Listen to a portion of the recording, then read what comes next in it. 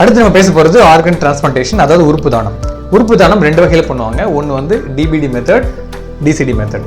DBT மெத்தட்னா donation after brain death அப்படின்னு அர்த்தம். அதில் வந்து டோனரோட பிரெயின் இறந்து போயிருக்கும், இதய துடிப்பு, மூச்சு, ரத்த ஓட்டம் இருக்கும்.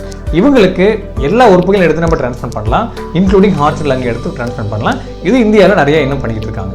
இந்த டிசிடி மெத்தட்ல, அதாவது டொனேஷன் ஆஃப்டர் சர்க்குலர் டெத்ல பாத்தீங்கன்னா டோனருக்கு வந்து இதய துடிப்பும் நுரையீரல் ஃபங்க்ஷனும் இருக்காது. அவங்ககிட்ட இருந்து நம்ம ஹார்ட், லங்கை தவிர மிச்ச எல்லா உறுப்புகளும் எடுத்து டிரான்ஸ்பிளான்ட் பண்ணலாம். அது இந்தியாவில் பண்ணிட்டு இருக்காங்க. ஆனா ஹார்ட், லங்கையும் எடுத்து டிசிடி மெத்தட்ல இது வரைக்கும் நம்ம பண்றதே கிடையாது. ஒரு கேஸ் கூட இந்தியாவில் நடக்கல.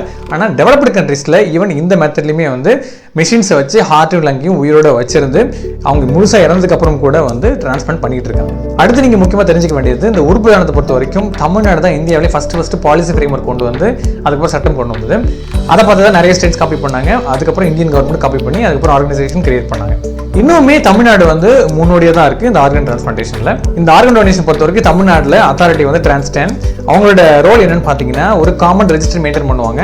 யாரெல்லாம் உறுப்பு தேவைப்படுதோ அவங்க வந்து அந்த ரெஜிஸ்டர்ல வந்து வெயிட்டிங் லிஸ்ட்ல பதிவு பண்ணிக்கணும். எப்பப்பெல்லாம் திடீர்னு ஒரு ஹாஸ்பிட்டல்ல ஒரு ஆர்கன் டொனேஷன் வருதோ அதை வந்து அந்த ஹாஸ்பிட்டல் அவங்களுக்கு தெரிஞ்சவங்களுக்கோ இல்லை நிறைய பணம் கொடுக்குறவங்களுக்கோ கொடுக்க முடியாது. அவங்க இமிடியேட்டா டிரான்ஸ்டன்க்கு வந்து அவங்க இன்ஃபார்ம் பண்ணுவாங்க. டிரான்ஸ்டன் தான் வந்து டிசைட் பண்ணி யாருக்கு அந்த வெயிட்டிங் லிஸ்ட் பார்ப்பாங்க. அது இல்லாமல் சில கிரைட்டீரியாஸை வச்சு யாருக்கு கொடுக்கறது முடிவு பண்ணி அதுக்கப்புறம் ஆர்கன் டிரான்ஸ்பிளான்டேஷன் நடக்கும். இன்னும் இதை பத்தி நீங்க நிறைய தெரிஞ்சுக்கணும்னா அந்த டிரான்ஸ்டன் வெப்சைட் போய் பாருங்க. வெப்சைட் வந்து TRANSTAN டிரான்ஸ்டன் www.transtan போட்டு பாருங்க, வரும். இந்த படத்துல என்ன பிரச்சனை பாத்தீங்கன்னா, இந்த படத்துல ஒரு டாக்டர் வந்து வில்லனா காமிச்சிருப்பாங்க. அவர் வந்து அந்த பேஷண்டோட ஹார்ட்டை வந்து இல்லீகலா டிரான்ஸ்பிளான்ட் பண்றதுக்கு யூஸ் பண்ண போறதா காமிப்பாங்க. ஆனா அந்த ஹார்ட் சர்ஜனை சிசேரியன் பண்ணி முடிச்ச உடனே அந்த பேஷண்ட் இறந்து போற மாதிரி காமிச்சிருப்பாங்க.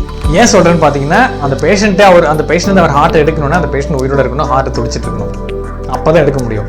ஐ திங்க் அவர் டிசிடி மெத்தட்ல வந்து ஹார்ட் டிரான்ஸ்பிளான்ட் பண்ண போறான்னு நினைக்கிறேன். சப்போஸ் அவர் பண்ணியிருந்தாருன்னா அதுதான் இந்தியாவிலே ஃபர்ஸ்ட் டிசிடி மெத்தட்ல ஹார்ட் டிரான்ஸ்பிளான்ட் பண்ணதா இருந்திருக்கும். இந்த மாதிரி படத்தை வச்சு உங்களுக்கு மெடிக்கல் இன்ஃபர்மேஷன் தெரிஞ்சுக்கணும் அப்படின்னா இந்த சேனலை ஃபாலோ பண்ணிக்கோங்க. நிறைய விஷயம் பேசலாம்.